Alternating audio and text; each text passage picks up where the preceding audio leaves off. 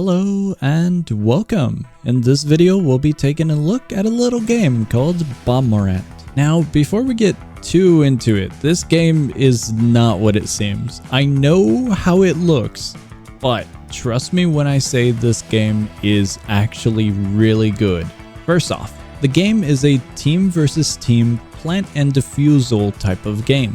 So similar to Valorant and CSGO. However, this is as if you took those games and added them to a playground. This game is by no means taking itself seriously, and you also shouldn't take it seriously. It is truly a playground of chaos and fun. Additionally, this game works as a first to 5, so whichever team gets 5 points first wins. Now, before we hop in, let's take a look at the maps. The maps are insanely chaotic. Some of them are going to be absolutely huge, some of them are going to be small and condensed, and there's also rare variants of maps, or rare maps just in general. Some of these rare maps are going to be painstakingly difficult and annoying to deal with. Some of them are going to be extremely large, and some of them are going to have gimmicks that you have to deal with. However, they're silly, they can be painful, but at times they could be fun. Now, once you're actually in a match, you're gonna have to choose some weapons. All of the weapons are your standard, like a pistol, a SMG, a sniper, but you also have a few silly weapons such as a sword and a rare occurrence to be a boss. However, that's not all. There's two other tabs. There's utilities and structures. Utilities are gonna have some normal stuff like smoke bombs or explosives that you can have like grenades, but there's also remote detonators, orbital strikes, and various other silly items. Now, if that wasn't enough, there's structures. Structures are where creativity meets the battlefield.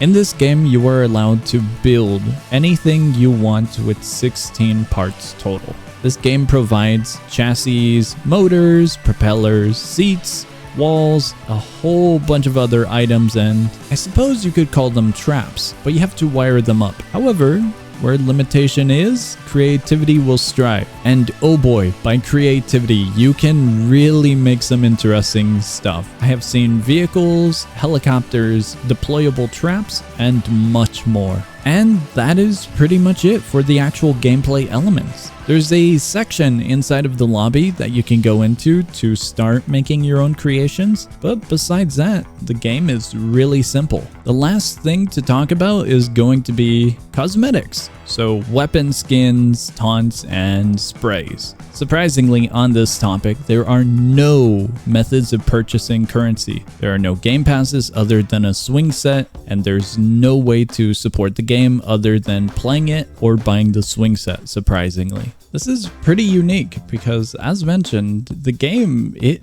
really isn't what you think it is. You would kind of expect a game looking like this to be filled with game passes and whatnot, but surprisingly, it couldn't be further from the truth. I gotta admit, on the topic of these skins, a lot of the skins are very silly, but some of the higher tier ones are actually pretty cool. They play their own little sound effect and have some pretty neat animations. The rates for some of the higher tier weapon skins is actually pretty fine. It's nothing to actually worry about if you do enjoy cosmetics. And as mentioned, the game does have sprays that you can place anywheres in the game, and it does have a few taunts as well. Other than that, the game truly is designed with fun in mind. That is pretty much everything for this silly little game. I would highly recommend it if you can gather a group of friends, but this is definitely one of the games that I would recommend checking out at least once. I hope you enjoyed,